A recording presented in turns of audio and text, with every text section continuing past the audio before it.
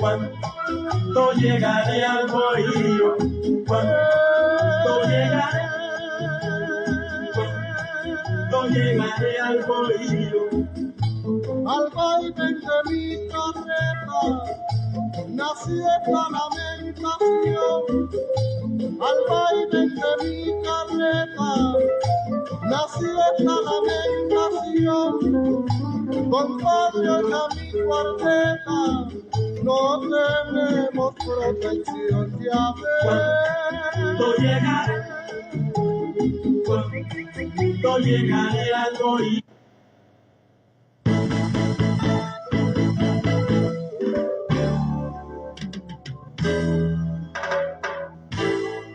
Aw kulo bɛ Radio Safar FM kunkan na. Nɛgɛ kanɲɛ 14 dana gosila Bamakɔ n'a lamini na. Safar FM ka bonyamasegi bɛ aw ye.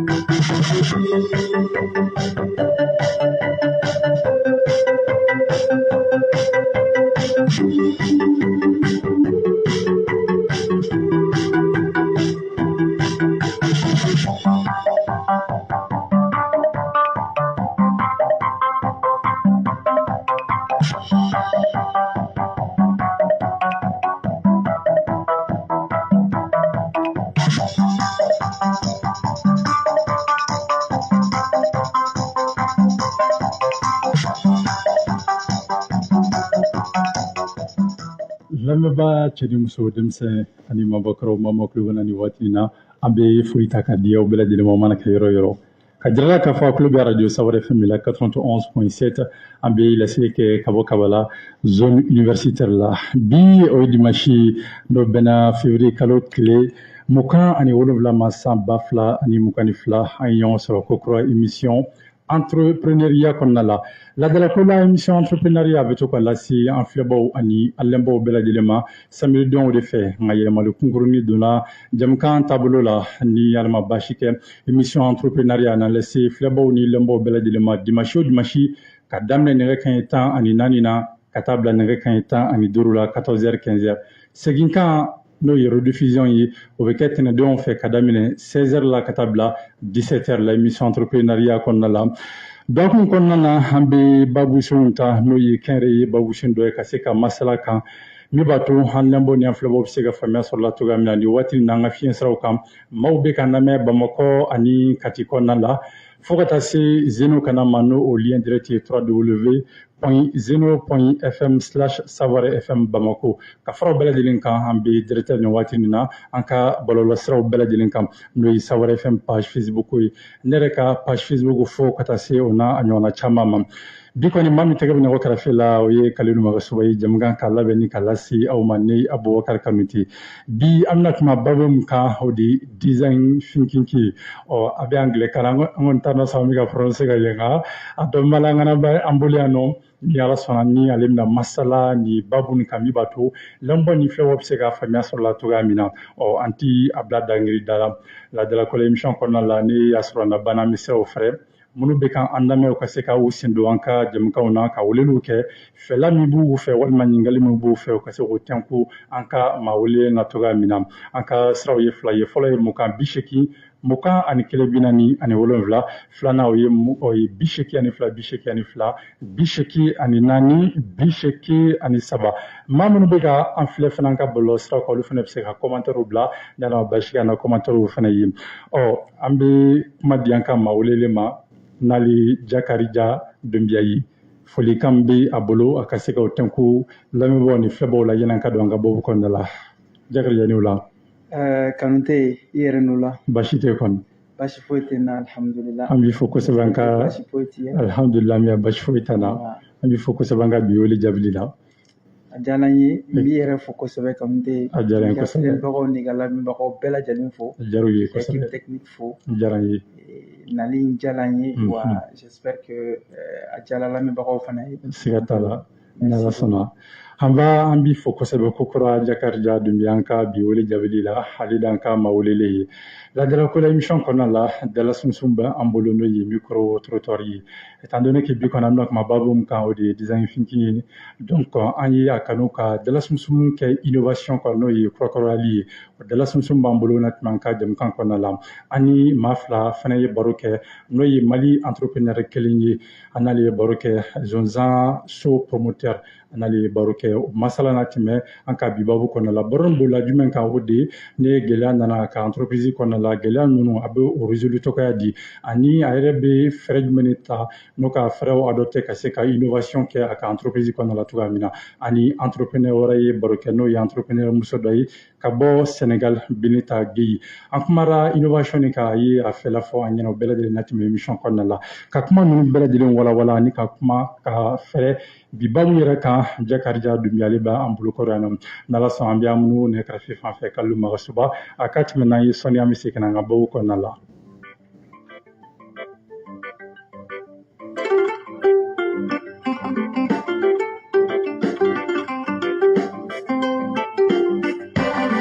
Bye bye bye bye bye bye bye bye bye bye. Ayiwa bita kɔni an ti a bila dangiri da la n'ala sɔnna dalasunsun b'an bolo n'o kɛra kurakɔrɔyali kan n'o ye fɛn kuraw nali ye innovation an bɛ jɛ k'o lamɛn ɲɔgɔn fɛ. A bɛ se ka yɛlɛma dɔ don a la n'o o dɔ ye ka minɛn kɔrɔlen min b'a bolo ka a ba donc innovation ye min ye o ye yɛlɛma min bɛ don a kɔnɔ donc ni entrepreneur lajɛ donc f'a ka sɔrɔ fɛɛrɛ b'i bolo fɛɛrɛ min a bɛ se k'a to i bɛ se ka yɛlɛma don i ka baara kɔnɔ baara taabolo kɔ donc olu bɛ se ka na sira damadɔ fɛ mɔgɔ dɔw bɛ yen ni i b'i ka baara yɔrɔ la i b'a sɔrɔ baara tɛ marché c'est-à-dire baara yɛrɛ tɛ a tɛ marché a tɛ ka taa ɲɛ donc diyagoyalen don i bɛ fɛɛrɛw boloda min bɛ se k'a to baara in yɛlɛma o yɛrɛ bɛ se ka don a kɔnɔ ka laɲini ka sabati a kɔnɔ quoi sabu entreprise yɛrɛ ye sɔrɔda de ye donc mɔgɔw bɛ baara k'u yɛrɛ walasa ka se ka sɔrɔ kɛ donc i b'a Assalamu alaikum. Entreprise kɔnɔna innovation ye ka fɛnw bɔ ɲɔgɔn na ka fɛnw bɔ ɲɔgɔn na par exemple ka minɛnw bɔ ɲɔgɔn na entreprise kɔnɔ ni mana production min kɛ k'a ni tɔw bɔ ɲɔgɔn na toujours ka différence bila i ni tɔw cɛ toujours ka i ni tɔw bɔ ɲɔgɔn na quoi o de ye innovation ye bon entreprise kɔnɔna na innovation bɛ mun de ɲa innovation bɛ clients de attirer a bɛ clients de attirer ka na pour que u ka se ka fɛn sa a ka cɛɲa kama a ka qualité kama c'est à dire a ɲa kama where the innovation. Donc, merci. donc n'i bɛ kɛnyɛrɛye baara la diyagoya f'i ka yɛlɛma don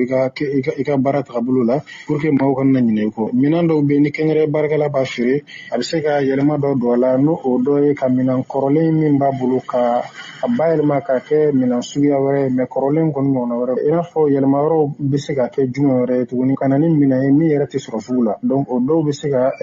sɔrɔ i n'a fɔ maaw ye min laɲini kɛ dɔw fana bɛ se ka kɛ maaw yɛrɛ ma laɲini nka a mɔgɔɲɛ kɔni bɛ sɔrɔ maaw.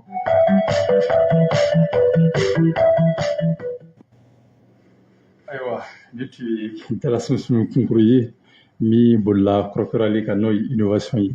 an ka mawulili yana an ka kuma a yɛrɛ kan a bɛ fɛn minnu kɛ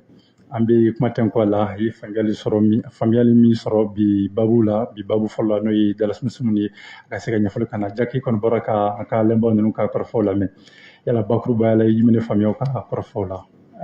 Déjà ne bɛ e de fo ka Savoir FM mɔgɔ bɛɛ lajɛlen fo. Diyara n ye kosɛbɛ. Ni thème choisili la. Parce que fɛn min don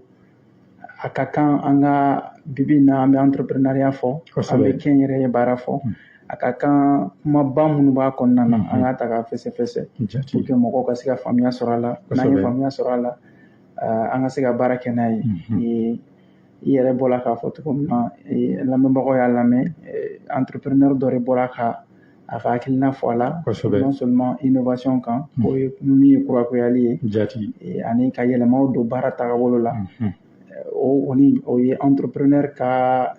baarakɛ minɛn fɔlɔfɔlɔ de ye baarakɛ hakilina fɔlɔfɔlɔ de ye parce que diɲɛ bɛ ka yɛlɛma cogo min na a laɲininen don baarakɛla bɛɛ lajɛlen fɛ i ka se ka yɛlɛma don i ka baara la pour que i ni mɔgɔw ka se ka taga sira kelen fɛ pour que i ni mɔgɔw ka se ka ɲɔgɔn faamuya pour que e yɛrɛ bɛ ka min ɲini ani mɔgɔw mago bɛ min na e bɛ ka min d'u ma u ka se ka bɛn ni ɲɔgɔn ye parce que diɲɛ bɛ yɛlɛma donc an entrepreneur i kan ka se ka i ka produit o i kan ka se k'i ka baarakɛcogo o i kan ka se k'i ka baarakɛbagaw o i kan ka se ka bɛɛ de yɛlɛma ka adapter ka bɛn ni mɔgɔw ka laɲini pour que i ka entrepreneuriat ka se ka sanga sɔrɔ i bolo donc o ye ne ka faamuyali ye ni bakuruba in. Ayiwa an ye faamuyali caman sɔrɔ o la o la an ka ɲininkali filanan min bɛ da o kan o de ka se ka dɔn Jakarija Dunbiya yɛrɛ ye jɔn ye. Alors Jakarija Dunbiya ye jeune entrepreneur ye n b'a daminɛ n'o ye fɔlɔ parce que an bɛ thématique min na o ye entrepreneuriat ye donc n bɛ n yɛrɛ ye entrepreneur kɔnɔna na n ye kɛ n yɛrɛ ye baarakɛla ye parce que n bɛ activité dɔw mener min b'a to n bɛ se ka dɛmɛ lase mɔgɔw ma mɔgɔw mago bɛ dɛmɛ min na en même temps donc activité bɛ n bolo n ye business développeur ye o tɛ dɔwɛrɛ ye o ye mɔgɔ min bɛ entrepreneur dɛmɛ mɔgɔ minnu bɛ kɛ n yɛrɛ ye baarakɛlaw dɛmɛ ka se k'u ka baara tagabolo la améliorer ka se ka yɛlɛma don a la ka se ka taga ɲɛ don a la ani ka se k'u dɛmɛ u ka se ka baara kɛ sira ɲuman fɛ sira min b'a to u ka laɲiniw bɛɛ lajɛlen bɛ se ka sabati donc o ye business développeur ye en même temps n bɛ baara kɛ yɔrɔ la yɔrɔ min ka baara belebele bɛnnen don an ka entrepreneur dɛmɛli ma donc non seulement an b'u former bon an t'a fɔ formeli an b'u dɛmɛ parce que formeli kuma ka bon mais an b'u dɛmɛ pour que u ka se k'u ka projet u ka se k'u ka idée u ka se k'u ka entreprise lataga ɲɛ an b'u dɛmɛ fana degun sira caman fɛ degun mɔgɔ mana entrepreneuriat fɔ n'i ma degun fɔ c'est que tɔ k'a jɛ b'a la donc degun minnu b'u da la k'u dɛmɛ o sira fɛ fana pour que u ka se ka se sɔrɔ degun ninnu kan notamment wari ɲini degun b'o la ka se ka baarakɛminɛnw fana degun b'o la ani degun wɛrɛ caman bɛ yen entrepreneur bɛ degun minnu sɔrɔ donc n bɛ baara kɛ cakɛda la min sinsinnen don kan kosɛbɛ ka se ka entrepreneur dɛmɛ u ka baara sira kan donc o ye c'est que n yɛrɛ bɛ min kɛ maintenant n ka formation ye financier de formation ye ingénierie financier donc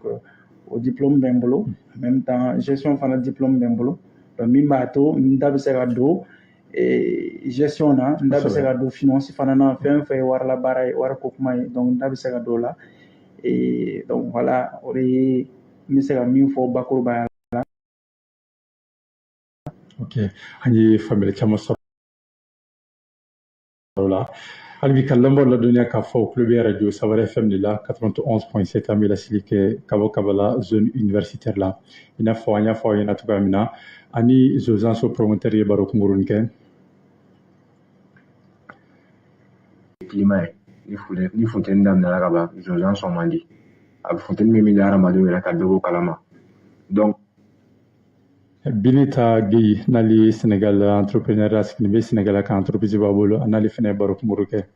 L'entrepreneuriat, c'est un secteur que j'embrasse depuis plus de 2 ans. Donc, je vais pas peut-être en parler de façon technique, mais plutôt par expérience. Ce que je vois par entrepreneuriat, c'est la liberté. La liberté de pouvoir changer les choses. Et par le biais de changer les choses, je vais parler de l'innovation. Aujourd'hui, on emploie beaucoup le terme start-up. Aywa, baro no dafale ngoni ani ana soro dem kan ko nala bi koni nala sona bi tatina ke bashi bina be dese barsa amna kuma babu mkan bi babu belebele do kenre bara ko nala wala hal bi jakar jatu mi amido anka babu kuna ni watrina bi babu mi kawde design thinking ne gon tan sona be prononcer ka ni anyena aywa isega foina design thinking ke re jumay. Alors, design thinking, il y a un sebele no anglais là, donc au bas il y a qu'à faire abola anglais au fait non. Et ni entrepreneuriat est à calager, t'as belebele bala aboleme anglais au fait non. Donc au delà ou quoi coach amambe ou quoi kewale chamambe non. En bas taoula parce que en y fin chaman ou là donc au bas entrepreneuriat l'habité donc avancement chamambe non yake. Donc c'est pourquoi ka foko anglais aurait avancé no kosebe avancer no kosebe entrepreneuriat là parce que entrepreneuriat be depuis toujours mais au lieu yelema min do ala bibi na diebe ka o yelema ini suit c'est-à-dire diebe ka taw yelema in sera fait ça veut dire que o taira ka fo ya damne mo onye o taira ka fo o lude na nai mais o yelema min do ala bibi na o yelema ya to diebe ka olu de su o yelema na peut-être o ba ira ka fo yelema yin sanga soro yelema yin bi sira nyuman ka kateme sira chaman ka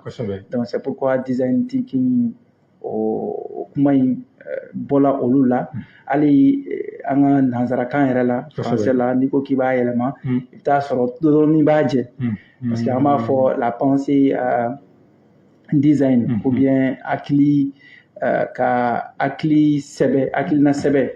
donc i m'a ye ala fɔli yɛrɛ ka traduit bamanankan na a ma nɔgɔ parce que fɛn dɔw de don n'i ye a ta olu ka yɔrɔ la k'i bɛna yɛlɛma terre à terre la yan nɔ a tɛ nɔgɔya i bolo mais n bɛ se ka min fɔ tout simplement design thinking kan c'est que fɛn dɔ de don approche de don c'est comme kɛwale kɛcogoya de don min bi a to mɔgɔw bɛ u ka entreprise u ka idée ou bien u ka kɛcogoyaw yɛlɛma pour que ka se ka sebaya sɔrɔ ka se ka sanga sɔrɔ ka se ka mɔgɔw ka problème ɲɛnabɔ sira kura kan sira kura in de tɔgɔ ye design thinking a design thinking a nana a ma mɛn kosɛbɛ ni ko a ma mɛn a nana kɛwale caman sɔrɔ yen a nana kɛcogoya caman sɔrɔ yen mais design thinking bilama a kɛcogoya min don a bɛ sanga la a utiliser ni mɔgɔ caman fɛ donc a b'a yira k'a fɔ a ye a ka prévu kɛ a b'a yira k'a fɔ mɔgɔ minnu y'a utiliser caman sera ka ɲɛ sɔrɔ ka ko la ni design thinking ye c'est pourquoi design thinking bɛ sanga la bi mɔgɔ caman b'a utiliser mais n bɛ se ka min fɔ ka fara design thinking kan comme n y'a fɔ cogo min na wale de don kɛcogoya de don min bɛ mɔgɔw permettre min b'a to mɔgɔw ka se k'u ka hakili min bɛ mɔgɔw la ka se ka a yɛlɛma k'a kɛ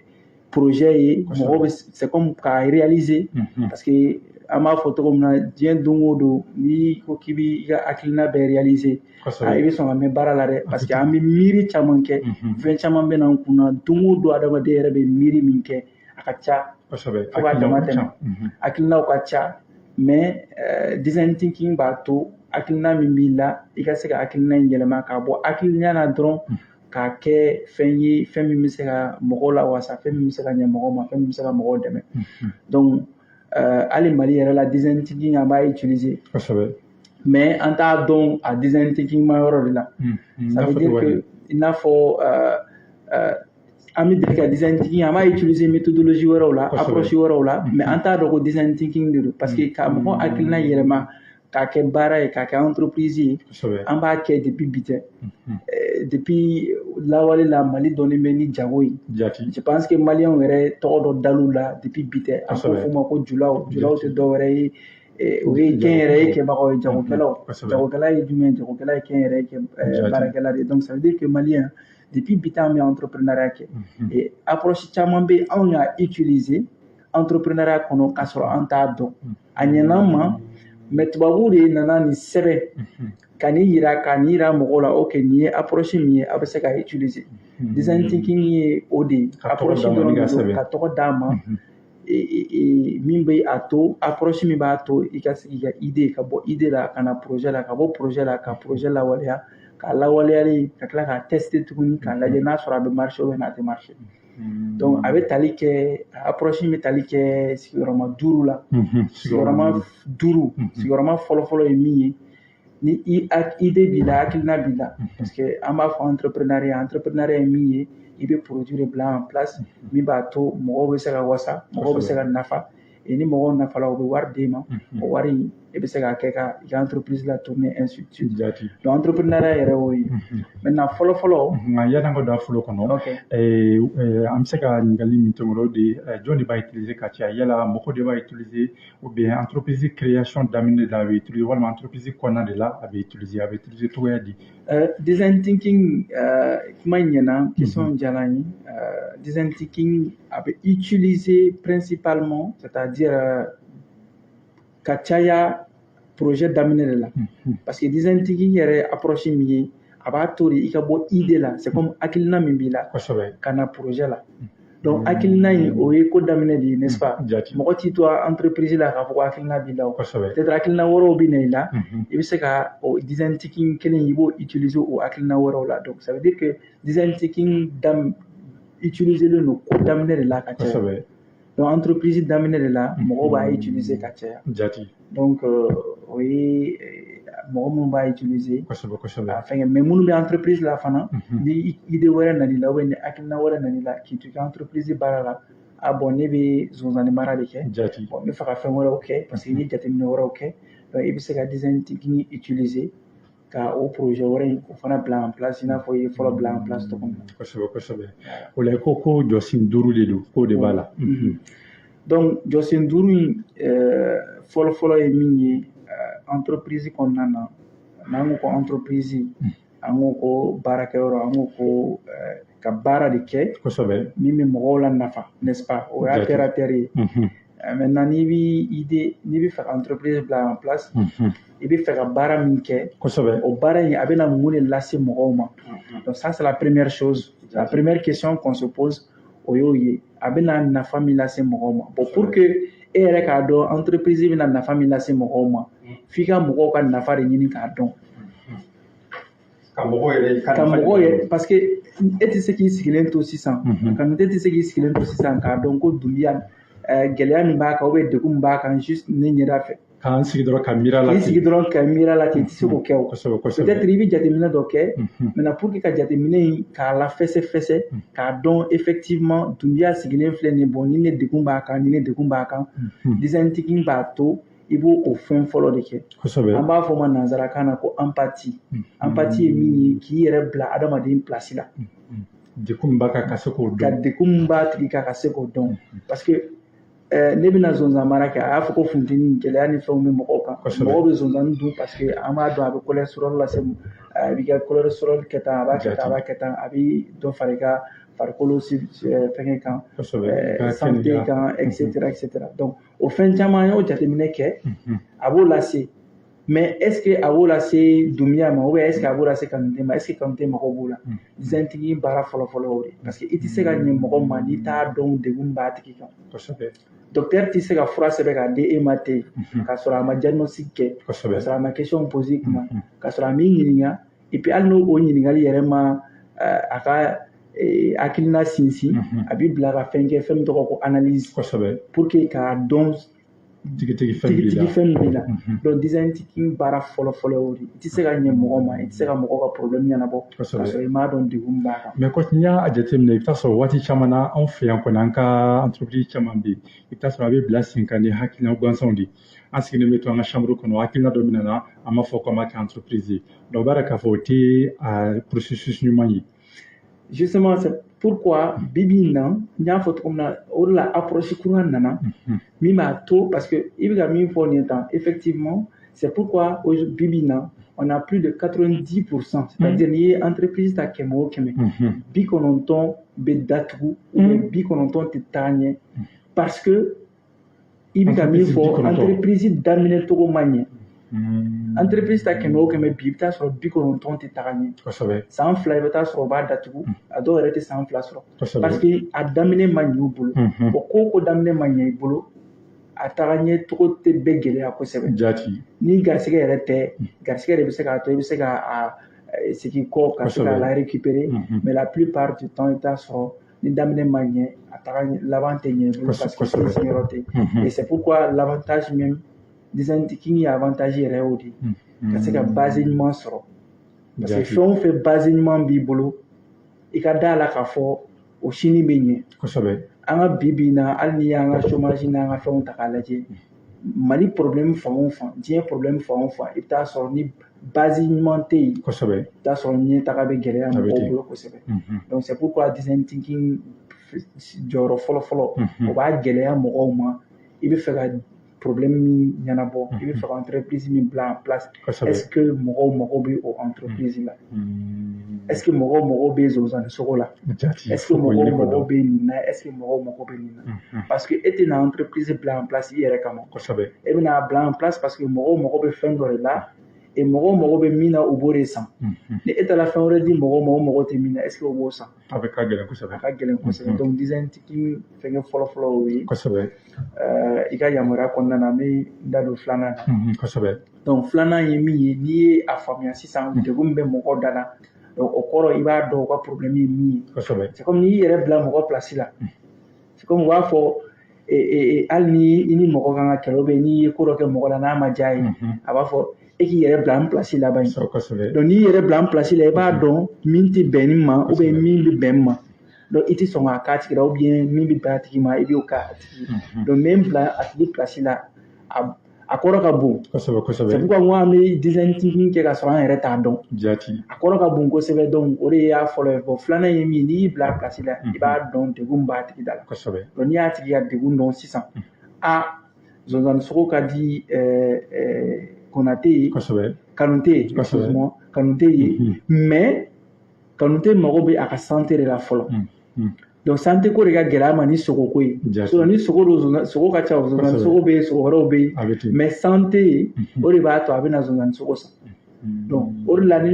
ne y'o dɔn sisan ne ka zonzanniw na sisan ne tɛ n sinsin sogo dɔrɔn kan mais ne bɛ n sinsin fɛn kan min bɛ a to Kanute n'a ɲɔgɔn minnu mago bɛ santé la mɔgɔkɔrɔba minnu mago bɛ santé la olu ka se ka santé ɲuman sɔrɔ ne ka zonzanni sogo ye a bɛ se ka kɛ yɛrɛ ne bɛ fɛn wɛrɛ d'u ma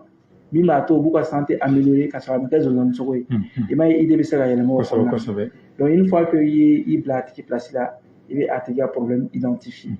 donc on appelle ça la définition du problème donc n'i ye problème dɔn sinsin kosɛbɛ ni ne ye problème ye i bɛ sɔrɔ k'a dɔn sisan i bɛ sɔrɔ ka fɛn kɛ min tɔgɔ ko concept o b'a yɛrɛ k'a fɔ ko hakilila bɛ to ka yɛlɛma baara ninnu kɔnɔna la dɛ design thinking yɛrɛ tɔgɔ de ye yɛlɛmali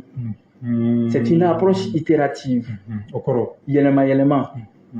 a tɛ to tagabolo kelen kan parce que on avait ce qu'on appelle une approche linéaire approche linéaire ye min ye ok ni idée min kun na n ye sigilen to ni entreprise min kun na n bɛ entreprise bila en place n bɛ to ka feere kɛ mɔgɔw ma bon n dɔnbaga fɔlɔ minnu bɛ yen nɔ olu b'a san parce que n dɔnbaga ye karisa ye siɲɛ fɔlɔ o b'a san siɲɛ filanan na an tal'u nɔfɛ bon maloya kama i bɛ maliyɛn ka ko dɔn o b'a san mais sabanan yɛrɛ la o yɛrɛ bɛ tunun la donc c'est pourquoi entreprise tɛ se ka 2 ans sɔrɔ fɔlɔ ni filanan na a bɛ sa i bolo mais sabanan na a tɛ san parce que c'est pas quelque chose dont les gens ont besoin mɔgɔw mago t'a la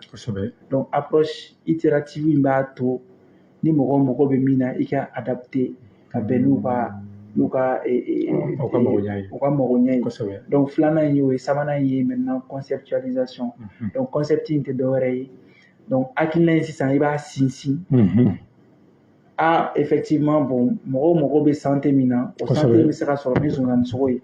ou bien mɔgɔw mago bɛ santé min na o santé bɛ se ka sɔrɔ ni zonzanni yɔrɔ wɛrɛw ye zonzanni pièces ou bien zonzanni a bɛ se ka kɛ fɛn caman wɛrɛ ye n bɛ se ka min fara an ka zonzanni sogo kan pour que mɔgɔw ka se ka santé sɔrɔ parce que mɔgɔw mago bɛ santé yɛrɛ la kosɛbɛ ale ni goût donc i bɛ sɔrɔ ka idée in i b'a bila en place bon idée in yɛrɛ bilatɔ en place design thinking b'a to i ka se k'i ka idée lawaleya c'est comme idée kan ka forme min ta kosɛbɛ i b'o forme dɔn k'a sɔrɔ idée yɛrɛ ma bila en place fɔlɔ o yɔrɔ la n bi i sama ka na n'i ye minnu bɛ BTP kɛ sojɔla ninnu i m'a ye ni sojɔlaw bɛ so jɔ o bɛ dessin de kɛ fɔlɔ k'a yirila i ka so a bɛna kɛ nin de ye k'a sɔrɔ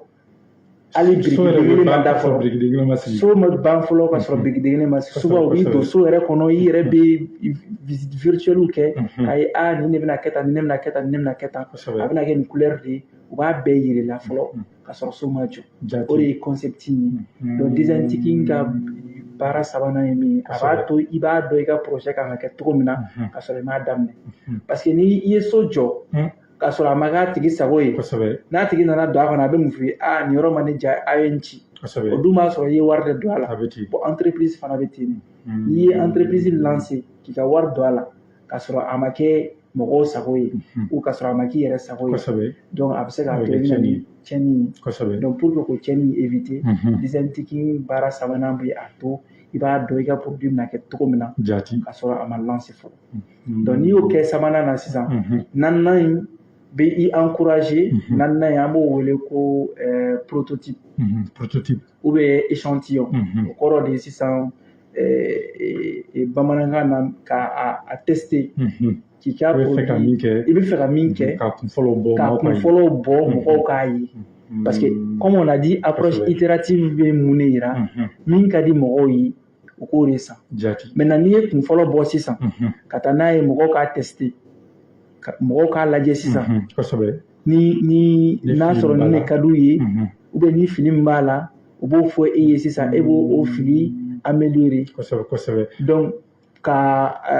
problème ou bien fɛn minnu b'a la n'o man di mɔgɔw ye k'o bɔ a la fɛn minnu ka di mɔgɔw ye n'o t'i ka produit la k'olu fara a kan donc o de ye vers partie prototype ye après prototype maintenant i bɛ sɔrɔ k'a tester i b'a tester o b'a k'a fɔ prototype yɛrɛ o b'i bali ka se ka a caman dilan ɲɔgɔn fɛ parce que n'i ye caman dilan sisan garantie jumɛn bɛ e bolo min b'a to mɔgɔw b'a san o tɛ yen nɔ mais n'i ye a fitinin bɔ sisan k'a yira mɔgɔw la c'est pourquoi n bɛ segin n'i ye ka na sojɔlaw ka yɔrɔ la tuguni entrepreneuriat filɛ an b'a kɛ depuis lawale an t'a dɔn fɛn caman bɛ yen an b'a kɛ an t'a dɔn bibi in na u bɛ sow yɛrɛ jɔ a petit modèle k'a jɔ ni biriki dama damani ye ou bien k'a petit modèle jɔ k'a yirila a kan ka kɛ tan de donc o y'a bɔlen papier la o y'a nalen ye k'a kɛ a yɛrɛ ye k'a kɛ prototype yɛrɛ ye pour que ka se ka a dɔn a bɛna kɛ tan de donc ni degun min b'a la ou bien ni fili min b'a la e b'o fɔ entrepreneur ye sisan o bɔ a la joona maintenant a bɛ sɔrɔ ka taa production de masse la c'est-à-dire k'a caman produit mɔgɔw ka se k'a san et avantage yɛrɛ i b'o faamuya sisan a b'a dɔn ko i bɛ mɔgɔw ni nin bɛɛ jateminɛ sisan i b'a dɔn ko sannikɛla o de talen don kosɛbɛ kosɛbɛ o ka laɲini de talen don kosɛbɛ kosɛbɛ nin ko la parce que fɔlɔ la i b'i bila a tigi place la filanan na a tigi ka problème i b'o de sɛbɛn sabanan produit min ka d'a tigi i b'o de kɛ naaninan i bɛ o produit i b'o de yira a tigi la duurunan n'a tigi ye retour min kɛ i b'o de fara a kan donc c'est pourquoi l'une des valeurs c'est comme design thinking a bɛɛ sirilen don sannikɛla de la mɔgɔ o mɔgɔ bɛ sanni kɛ bamanankan na nanzarakan na bamanankan na u bɛ kuma dɔ fɔ ko yanni i ka boli dumuni tobibaga nɔfɛ k'a tɛ dumuni kɔ ko i bɛ tugu o de kɔ parce que mɔgɔ min bɛ sanni kɛ i mana na munumunu cogo o cogo mɔgɔ min bɛ sanni kɛ entreprise la fo si tɛ taa o de kɔ i bɛna laban o tigi la donc c'est pourquoi design thinking sinsinnen don kosɛbɛ sannikɛla la parce que o de mago bɛ ka ɲɛnabɔ kosɛbɛ n'ala sɔnna yanni an ka tɛmɛ ni baabu ye ka walawala di a la an bɛ hajɛlaw b'a la k'a fɔ hali bi o kulo bɛ radio Safari FM de la 91.7 an bɛ laseli kɛ ka bɔ Kabala zone universitaire la ka foli kɔrɔkɔrɔya ka di an filɛbɔ ni an lamɛnbagaw bɛɛ lajɛlen ma nin waati in na maa minnu bɛ kan filan ka bɔlɔlɔ siraw kan minnu bɛ kan lamɛn ka fiɲɛ siraw fɛ an y'a jira la k'a fɔ an ni maa fila ye baro kɛ an ni zonzan so promoteur ye baro kɛ n'ala sɔnna an bɛ jɛ k'o baro lamɛn ɲɔgɔn fɛ. aw bɛɛ lajɛlen ni ɲankuma ne tɔgɔ Seku Seydou Jakite ne ka cakɛda ye zonzanso ye zonzanso ye cakɛda ye min ɲɛsinnen bɛ zonzan marali zonzanw bayɛlɛmali ani zonzanw feereli ma ni problème nana baarakɛyɔrɔ kɔnɔna la an ka laɲini tɛ mais n'i bɛ entrepreneuriat domaine kɔni kɔnɔ i bɛ se k'i sigi ni problème ye wagati bɛɛ donc problème ninnu yɛrɛ de bɛ mɔgɔ yɛrɛ permettre ka taga ɲɛfɛ i ka baara kɔnɔna la i bɛ laɲini minnu i ka laɲini ye minnu ye problème ninnu de b'i permettre ka se ka laɲini ninnu yɛrɛ sabati ka ɲɛ mais i n'a fɔ an ka laɲini tɛ cogo min ni problème nana ka problème yɛrɛ ɲini fɔlɔ ka solutionner ka solution ɲini problème na fɔlɔ o de ye objectif fɔlɔ yɛrɛ an ka cakɛda kɔnɔna la donc an b'a ɲini cogo o cogo ka problème min nɔgɔya k'a solutionner an bɛ o de ɲini fɔlɔ donc kɔfɛ ni problème solutionner la sisan problème in bɔra yɔrɔ jumɛn n'o ye problème yɛrɛ source ye an bɛ sɔrɔ k'o ɲini k'o dɔn k'o fɛnɛ dalafaga i bɛ diɲɛ o baara la i b'a sɔrɔ mɔgɔ wɛrɛ bɛ yen min b'a ɲɔgɔnna kɛ mais f'i ka na ni fɛn de i ka baara kɔnɔ min bɛ e ni o mɔgɔ tɔw bɔ ɲɔgɔn na donc i bɛ diɲɛ o baara la f'i ka fɛn dɔ de k'a la mɔgɔ tɔw ma min kɛ o bɛ ni tɔw différencier o ka ɲi kosɛbɛ baara kɔnɔna la innovation ninnu sɔrɔla cogoya min na Mali zonzanmara bɛɛ b'a dɔn fɛn kura don donc a bɛ ka kɔrɔ mais développement fitinin ka n'a kɔnɔ o daminɛra sisan donc an bɛ jamana min kɔnɔ an bɛɛ b'a dɔn funteni jamana de don problème fɔlɔfɔlɔ min bɛ Mali zonzanko pénaliser yan o ye climat ye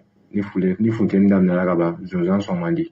a bɛ funteni min di hadamadenw yɛrɛ ka bɛɛ b'o kalama donc problème filanan ye min ye ni olu bɛɛ sababuya kɛra innovation ye o ye dumuniko ye parce que zonzan ka balo ko a ka gɛlɛn kosɛbɛ i bɛ fɛ ka zonzan kɛ en quantité i bɛ fɛ ka camanba kɛ i bɛ fɛ ka ferme kɛ ka zonzan sogo de feere i bɛ fɛ ka ferme kɛ ka lapin arasuw de feere n'u b'a fɔ ma zonzan cɛɲumanninw donc f'i ka dumuni adapté de ɲini u b'a fɔ olu ma ko grand milieu donc de ce fait ne y'a ye an bɛ ka sɛgɛn dumuniko la yan kosɛbɛ ni mɔgɔ ma sɛgɛn i t'i miiri n'i ma sɛgɛn i tɛ fɛn dɔw ye donc en mois de novembre passé moi j'ai perdu plus de 50 têtes comme ça à cause d'un problème d'alimentation donc o problème in de kɔfɛ n y'a ye mun na n tɛ dumuniko in ɲɛɲini voilà parce que fɛn m'an sɛgɛn yan kosɛbɛ an bɛ dumuni wɛrɛw de di an ka zonzanw ma min tɛ zonzan dumuni yɛrɛ n da tɛna se o dumuni ninnu tɔgɔ ma mais zonzan maralaw b'a dɔn n bɛ fɛ ka min fɔ donc o de kadiri kɔnɔna la ne ye miiri dumuni bɛ sɔrɔ Côte d'Ivoire a bɛ sɔrɔ Burkina a bɛ sɔrɔ Sénégal n t'a lajɛ ka na ni dumuni ye wa jamana in kɔnɔ pour que dɔw bɛ se ka bɔ an ka gɛlɛya la an n'a sɔrɔ o tɛ solution ye kuma bɛɛ o t'a ban mais o bɛ se ka dɔ bɔ an ka gɛlɛya la donc o de senfɛ n ye miiri n taara Côte d'Ivoire n ye Ivoiriyɛnw ka balo bɛ yen zonzan kama spécialement n b'olu san n bɛ na n'a ye Bamako donc n bɛ na a commercialiser zonzan maralaw ma donc ni o bɔra yen o ye problème belebele n bɛ segin o kan tuguni o ye problème belebele min bɛ zonzan maralaw sɛgɛn kosɛbɛ donc o de nana ni innovation ye donc problème filanan ye min ye min nana ni innovation ye o ye kajiko ye parce que bɛɛ b'a dɔn zonzan mɔgɔw b'a filɛ denmisɛnnin fɛnw de ye u b'a mara so kɔnɔ 1-2 dugu ma yɔrɔ dɔ la bon donc kajiko in zonzan tɛ se ka mara a kɔ ka zonzan ka kaji dilan kaji nɛgɛlama ka dugumala ka giraju ye ka kote ka giraju ye pour que zonzan ni a bo n'a ɲɛgɛnɛw kana don ɲɔgɔn na n'a bɛ f'o ma ko déjection urinaire pour que ka se ka zonzan yɛrɛ tanga k'a ni kisi donc an miiri an nana ni o système fɛnɛ donc ne ye miiri k'an ka système de clapier de dilan n'a bɛ f'o ma kaji n yɛrɛ ye min bɔ n yɛrɛ la n ye kaji wɛrɛw photo lajɛ k'an ta de dilan spécialement n yɛrɛ ka kaji donc n ka zonzanw bɛ mara kɔnɔ en plus de cela n bɛ kaji ninnu commercialiser pour que zonzan maralaw bɛ se k'a sɔrɔ parce que kaji dilan in fɛnɛ filɛ a tɛ kɛ ni matière bɛɛ donc bɛɛ t'a ɲɛdɔn c'est vrai que kaji ninnu matière wari ka ca mais n'i y'a dilan si ni si don donc o fɛnɛ kɛra innovation ye an nana ni min ye zonzan mara kɔnɔ novembre tɛmɛnen j'ai été confronté à un problème a juguyara ma kosɛbɛ parce que n bɛna n ka zonzan bɛɛ perdu dumuniko sababuya la donc o kɛra fɛn belebeleba ye ma a juguyara ma kosɛbɛ donc n kɛrɛfɛmɔgɔw b'a kalama a wagati kungo wuli tun bɛna sɔrɔ mais ala ni détermination min ni engagement min bɛ n na zonzanko in na n sera k'a tenir voilà a wagati tɛmɛna n ye kalo 1 kɛ kɛ n'a tinu kɔfɛ ni zonzan sikuraw ɲini k'olu ladon pour que wagati kana tɛmɛ kan ka baara daminɛ kura ye parce que fɛn in diɲɛ de don zonzan ko ye fɔlɔfɔlɔ ye diɲɛ de bagan ko yɛrɛ fan o fan diɲɛ don ni y'a diɲɛ t'i la i donna a la i b'a bila tile kan diribiri fɛ donc zonzan yɛrɛ fɛn wari bɛ kun bɛ don a la o fɛn tɛ mais o bɛɛ de cadre kɔnɔna la toujours innovation cadre kɔnɔna la i sera ka bɔ o problème na ni dumuni nali ye ni furaw ni fɛngɛ wɛrɛw kɛli ye donc kana ni sujet kura bɛ ka baara kɛ donc olu bɛɛ donc o bɛɛ tɛmɛnen kɔfɛ n nana ni innovation wɛrɛ ni o ye formation ye fɔlɔfɔlɔ itragew de tun bɛ bɔ kɔfɛ ka na former zonzan maracogo kan ka na zonzan ɲɛ yira an na k'a yira an na k'a fɔ zonzan bɛ mara ta a bɛ tan alors que an donn'olu ka climat tɛ kelen ye donc u kɔni bɛna fɛn dɔw fɔ an ye fɛn min bɛ faamu mais an b'u ta a bɛɛ tɛ se ka labaara caman kɔni bɛ se ka labaara n nana ye pourquoi mɔgɔw bɛ bɔ kɔfɛ ka n'an former alors que choix tɛ an yɛrɛ bɛ se ka an ka mɔgɔw former donc n yɛrɛ ye n former kɔfɛlaw la k'o fara n yɛrɛ ka expérience kan ni min vécu parce que zonzan mara ye pratique de don mɔgɔ min zonzan mara o de bɛ se k'a f'i ye ko zonzan bɛ tan nɔ théorie tɛ zonzan mara ye ni zonzan mara ye 100% ye pratique ye 90% ne de b'a fɔ ye mɔgɔ min zonzan mara pratique a bɛ se ka min fɔ mɔgɔ min y'a kalan classe kɔnɔ tɛ se k'o fɔ donc o cadre kɔnɔna la toujours n taara kɔfɛ je me suis formé ka fara n yɛrɛ ka expérience pratique kan ka commencer ka formation daminɛ voilà actuellement zonzanso bɛ mɔgɔw former zonzan maracogo ɲuman kan donc o fana kɛra innovation belebele nana ni min ye donc innovation caman de nana mais nin y'a belebelebaw de ye n bɛ se ka min da i tulo kan an bɛ ani kuma laban minnu bɛ n bolo o ye toujours jeunesse ka wuli k'i jɔ ka baara kɛ mɔgɔ kana état kɔnɔ ko état bɛna baara di anw ma non état tɛ se ka bɛɛ ta baara la o yɛrɛ kɛcogo t'o la donc bɛɛ ka wuli ka dɔɔni k'i yɛrɛ ye yala sɔnna a bɛ ɲa k'i banba i ka activité kan merci. ayiwa ne tun ye Seku Seydou Jakite n'ale zonzanso promoteur ye a ka baara bɛn bɛ zonzanko ma a marali ani a feereli ma ka yɛlɛn bɔ la k'a fɔ hali bi o tulo bɛ radio Sawara FM de la émission o ye entrepreneuriat ye a bɛ lase o ma dimanche ka daminɛ nɛgɛ kanɲɛ 14 na 14h ka taa bila nɛgɛ kanɲɛ 15 la 15h segin kan n'o rediffusion bɛ kɛ tɛnɛndenw fɛ ka daminɛ 16h la ka taa bila 17h la o la Jake kɔni bɔra ka zonzanso promoteur ka kuma mɛn a y'a jira k'a fɔ a ka baara kɔnɔna la degun dɔw y'a sɔrɔ o degun y'a to a ye ɲina ni fɛɛrɛ kuraw ye n'o ye kajiko ye o n'a ɲɔgɔnna caman min bɛ se ka dɛmɛ a ka baara kɔnɔna la yala i bɛ se a bakurubaya la i ye jumɛn de faamuya a ka kɔrɔfɔ ninnu na. ne bɛ kuma kelen dɔrɔn de retenir a ka kuma kɔnɔna na o ye degun ye à chaque fois n t'a dɔn n'i y'a jateminɛ a ka kuma na à chaque fois que a bɛ na ni innovation ye c'est que a tɛmɛna degun dɔ de fɛ kosɛbɛ ça o ye fɛn dɔ ye entrepreneur bɛɛ kan k'a faamu n y'a f'i ye n ko design thinking min y'an ka bibabu ye a b'o o de kan approche itérative c'est-à-dire yɛlɛma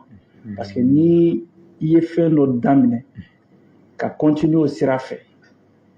e bɛ fili e ye degun sɔrɔ a kɔnɔna na e ko peut-être degun ala latigɛ ou bien nin de don i bɛ continuer o degun kelen i bɛ continuer o sira kelen fɛ i bɛ taa degun wɛrɛ de sɔrɔ o kɔnɔ tuguni min yɛrɛ ka jugu ni fɔlɔ ye ou bien e ye abandonné tout simplement parce que i ye degun sɔrɔ i y'a jɔ e tɛna taga ɲɛ c'est pourquoi design thinking b'a to à chaque fois i bɛ problème sɔrɔ i bɛ degun sɔrɔ i ka kɛcogoya i ka wale falen ka yɛlɛma kuraw don a la min b'a to i bɛ se ka laɲini sabati ni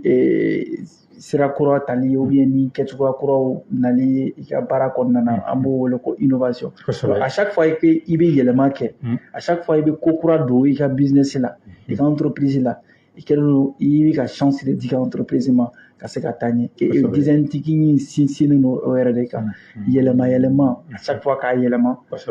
a bɛ ko mɔmi feerela à chaque fois i b'a yɛlɛma de pour que a ka se ka mɔ ka ɲɛ parce que n'i y'a to sira kelen fɛ fankelen bɛ mɔ peut-être fankelen dɔ in tɛ mɔ donc il faudrait que i ka yɛlɛma de kɛ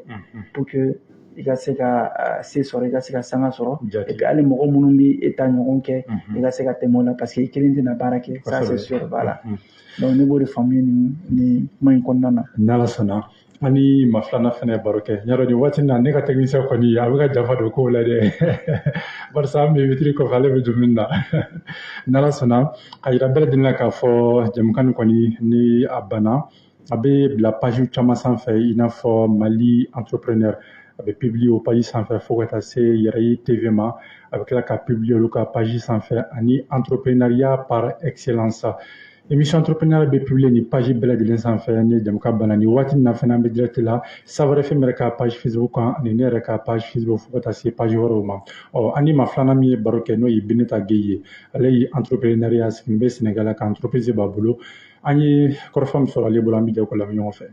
Bonsoir tout le monde, j'espère que vous allez bien. Je m'appelle Bineta Gueye et je suis africaine d'origine sénégalaise. Je suis titulaire d'une licence en langue étrangère appliquée et en agroalimentaire. En même temps, je suis propriétaire d'une start-up du nom de Chips Cake. Elle est spécialisée dans la confection et la commercialisation de gâteaux personnalisés à base de produits locaux et internationaux. Les gâteaux personnalisés, ce sont les gâteaux qui sont décorés selon les préférences du client. Par exemple, des gâteaux sur le thème du football, des dessins animés, du maquillage, en quelque sorte. Alors, je suis là pour parler de deux thèmes que sont l'entrepreneuriat et l'innovation. Je m'en vais commencer par l'entrepreneuriat. L'entrepreneuriat, c'est un secteur que j'embrasse depuis plus de 2 ans. Donc, je vais pas peut-être en parler de façon technique, mais plutôt par expérience. Ce que je vois par entrepreneuriat, c'est la liberté. La liberté de créer, la liberté de structurer, la liberté de soutenir. Parce que pour mettre en place une entreprise, il faut que cette entreprise-là ait un certain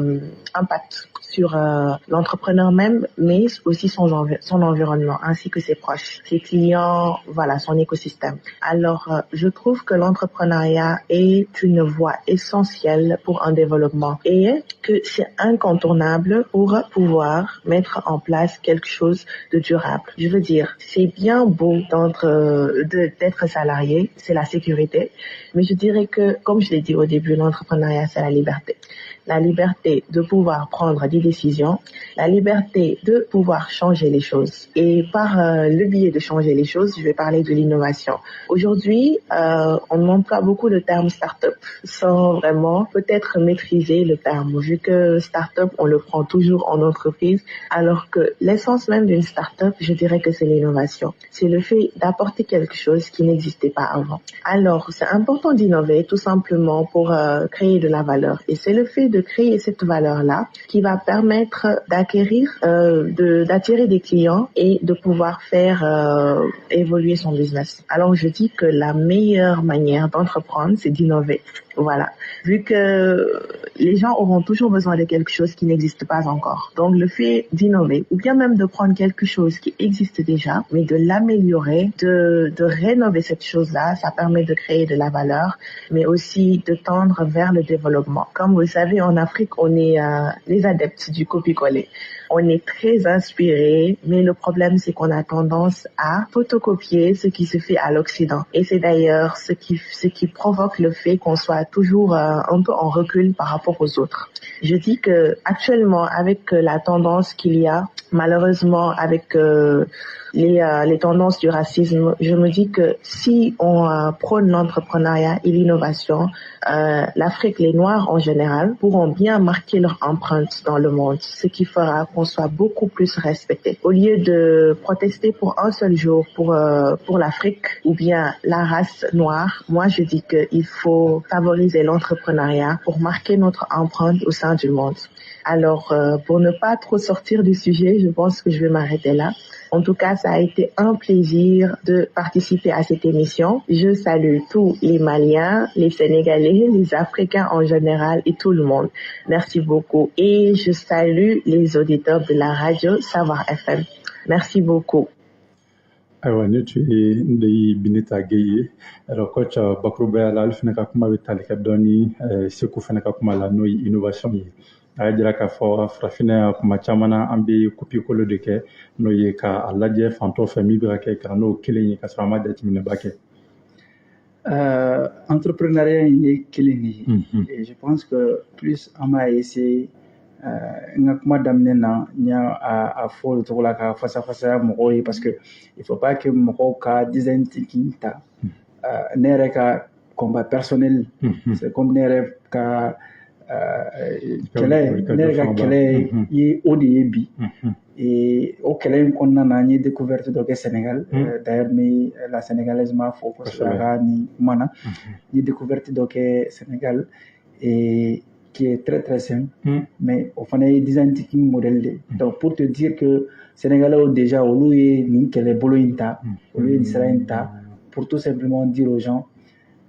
fɛn ma daminɛ États-Unis fɛn ma daminɛ nanzaraw fɛ yen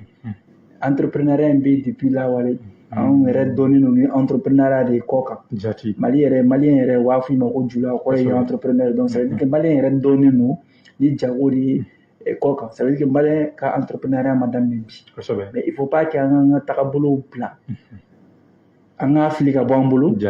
ko nin karisa de ka tagabolo ka ɲi a diɲɛ yɛrɛ dabolo de kama mondialisation yɛrɛ o de ye ne ka nin ka ɲi nin bɛ ne jɛ n b'a ta mɔgɔ wɛrɛ fɛ i b'o fara n ta kan nin fana ta man ɲi b'o ta k'o fara n ta kan donc a ye min fɔ pour ne pas que n ka kuma janya il faut pas que an ka fɛnw ta découverte kɛ Sénégal mun bɛna se n'a a yɔrɔ ye il faut pas que an ka fɛnw ta ka a na dɔrɔn ka poser k'a fɔ ko entrepreneuriat start-up design thinking ko bɛɛ ka t'o sira fɛ non ni découverte min kɛ Sénégal c'est un concept o fana ye design thinking concept dɔ de a ka nɔgɔ kojugu parce que ne b'a dɔn auditeurs caman bɛ yen ka fara e yɛrɛ kan an bɛɛ ye Lido G Lido kelen kelen an bɛɛ y'a G n'est-ce pas Lido G tɔgɔ an b'a dɔn non i bɛ six bɔ i bɛ munumunu jusqu'à na don i ka fɛn kɔnɔna na k'a ban mais à un moment donné i bɛ dun ni dunna i bɛ taa karisa fɛ yen i bɛ tila ka baara de kɛ tuguni ou bien i bɛ tila ka G tuguni k'i labɔ ka tila ka segin k'a daminɛ ka tila ka munumunu souvent i yɛrɛ ka den bɛɛ bɛ dun mais i bɛ tila ka segin k'a bɛɛ labɔ ka tila ka gagner a match la ça o tɛ terre à terre ye an bɛɛ b'o kɛ an bɛɛ b'o G mais chez eux ne ye découverte min kɛ c'est que o Lido kelen bɛɛ bɛ se Lido G la n'est-ce pas entrepreneuriat in u y'a kɛ Lido de ye i bɛ étape minnu kɛ ka munumunu fo ka na don i fɛ yen o ye yɛlɛma k'o kɛ étape entrepreneuriat ye c'est comme chaque étape entrepreneuriat la i bi n'i ye 2 bɔ ou bien n'i ye 3 bɔ n'i ye 2 3 ninnu bɔ ka na se 6 ma i bɛ taa jigin yɔrɔ min na n'i jiginna yen problème min b'o o yɔrɔ la difficulté min b'o yɔrɔ la ou bien degun min b'o yɔrɔ la i b'o o degun ɲɛnabɔ ka sɔrɔ ka pan ka taa yɔrɔ wɛrɛ la donc tu vois tout de suite o ye G de ye mais o G olu y'a yɛlɛma k'a kɛ baarakɛfɛn ye a ɲɔgɔn caman de b'an bolo yan nɔ a ɲɔgɔn baden bɛ an bɛ se ka exemple ta min kan n y'a f'i ye ne ye financier de formation n bɛ ka modèle dɔ n y'a fɔ n ka kɛlɛ fana b'o kan n bɛ ka baara kɛ modèle dɔ kan modèle dɔ b'an bolo Jɔkɔrɔmɛw ka modèle u yɛrɛ de fara communauté de b'u bolo o communauté u bɛ fara ɲɔgɔn kan ka dɔ financer ni o ta ɲɛna o fana bɛ fara ɲɔgɔn kan ka dɔ wɛrɛ financer ainsi de suite et aujourd'hui on peut considérer an bɛ se ka Jɔkɔrɔmɛw considérer n ka foli b'u ye bi an bɛ se k'o considérer comme la race la plus soudée aujourd'hui en matière d'économie u yɛrɛ y'olu damana banque ye wari bɛɛ munumunu yɛrɛ ni ɲɔgɔn cɛ wa u bɛ ɲɔgɔn dɛmɛ ça c'est un modèle n'i taara n'a ye États-Unis i bɛ se k'i vanter a la bi parce que américains fɛ yen nin modèle tɛ yen olu ka système ye système bancaire de ye capitalisme mais nous anw fɛ yen nɔ modèle dɔ b'an bolo an bɛ se k'an vanter min na mais anw bolo ko non modèle min b'an bolo o ye Jɔkɔrɔmɛw ta ye o modèle ye Jɔkɔrɔmɛw ka modèle ye ou bien a man ɲi a bɛ tan et pourtant a modèle bɛ ka Jɔkɔrɔmɛw dɛmɛ bi ka se ka kɛ fɛn ye donc c'est pourquoi an man kan an taw bila min bɛ karisa fɛ yen ni a bɛ se ka ɲɛ ma an b'a ta an b'a fara an ta mais il faut pas k'an ka taw fili ko nin de ta ka ɲi sinon an bɛ kɛ filimafɛn ye ou bien an bɛ kɛ filimamɔgɔ ye an ka entrepreneuriat kɔnɔna na. N'Ala sɔnna an ye faamuyali caman sɔrɔ o la an ka waati kɔni sɛbɛkɔrɔ koronna an n'a lajɛ n'an sera ka maa kelen ta nɛgɛjuru sira fɛ mɔgɔw bɛ se ka weleli kɛ 20 80 21 47 n'o ye 20 80 21 47 walima sira filanan bɛ 82 82 84 83 n'o ye 82 82 84 biseki ani saba u mana wele kɛ sira fila fɛn fɛn la u bɛ se ka anw sɔrɔ ɲininkali b'u bolo tanko an ka maa wele la an kɔni ka waati tɔ tora sanga fila dɔrɔn ka se ka jamukan kuncɛ yan'o cɛ sa an na kumaw kuncɛ kumaw tanko kɔsi la ka se ka jamukan datugu n y'a dɔn waati korona kosɛbɛ wa ɛri kelen a ka dɔgɔ k'a fɔ k'an ka se ka kuma ni babu bɛɛ lajɛlen kan nka dala basi ka donna natɔ la na wele bilen ma ko kura an ka masala k'a kan tuguni i ka kuma kuncɛ kumaw. Ne b'i fo kosɛbɛ ka lamɛnbagaw ni an filɛbagaw bɛɛ lajɛlen fo technicien yɛrɛ hali n'a ye dumuni kɛ kan to an b'a fɔ kosɛbɛ ale de kama bi lamɛnbagaw ni filɛbagaw bɛ ka an kibaruya sɔrɔ i yɛrɛ b'a dɔn cogo min na ne yɛrɛ ka baara ye nin ye a ka di ye ka se degré ma hali kuma tɔgɔ la i b'a dɔn inɛri ka dɔgɔ inɛri yɛrɛ tɛ foyi ye entrepreneuriat kuma na parce que bibi na an bɛ ka jigiya n'a ye ko entrepreneuriat de bɛ se k'an bɔ dingɛ caman kɔnɔ bi i bɛ dugu caman ta Amérique ni yɔrɔ wɛrɛw i t'a sɔrɔ américains yɛrɛ ka économie bibi na ce sont les entrepreneurs qui l'ont construit les Rockefeller les JP Morgan ninnu olu de sera k'a to Amérique kɛla Amérique bi olu de ye devant c'est pas les politiciens donc pour dire entrepreneuriat a jɔyɔrɔba de bɛ an ka développement na mais entrepreneuriat il faut que mɔgɔw fana ka a faamu ko min ye yen fɛ ou min ye karisa fɛ karisa kelen don ko adapter a tigi ka réalité de la c'est comme karisa ye idée min développer a idée développer la n'a tigi yɛrɛ ka réalité de anw tɛ se ka an yɛrɛ sinsin mɔgɔ wɛrɛw ka réalité kan k'a fɔ k'o ka ɲɛ an bolo donc il faut que an ka miiri ok mun de y'a to karisa si sinsin nin kan ou bien mun de y'a to karisa y'a ka modèle développé comme le design thinking aujourd'hui an ka se ka adapter an yɛrɛ ka réalité la an ka tagabolo minnu bɛ yen an ka projet minnu bɛ yen an ka produit minnu bɛ yen an ka fɛn minnu b'an bolo min bɛ a to mɔgɔw bɛ faamuyali sɔrɔ joona entrepreneuriat processus ninnu fɛn ninnu kan pour que mɔgɔw ka se ka faamuyali sɔrɔ mɔgɔw kana fili parce que caman bɛ yen an bɛ fɛnw f'u ye une heure kɔnɔna na n'i ko design thinking mɔgɔw bɛna fɔ design thinking n'i m'o kɛ dɔrɔn ka entreprise tɛ marché